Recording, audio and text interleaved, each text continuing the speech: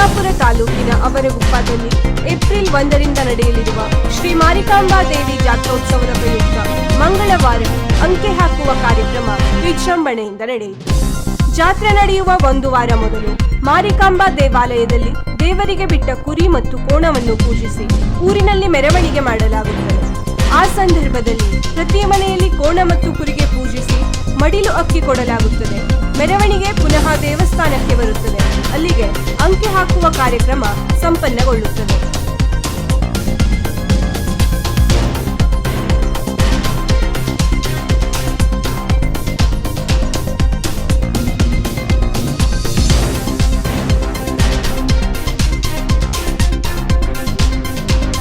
ವೀಕ್ಷಕ ಮಹಾಪ್ರಭುಗಳೇ, ನಮ್ಮ ಚಾನಲ್ ಅನ್ನು ಸಬ್ಸ್ಕ್ರೈಬ್ ಮಾಡಿ, ಶೇರ್ ಮಾಡಿ, ಪ್ರೋತ್ಸಾಹಿಸಿ.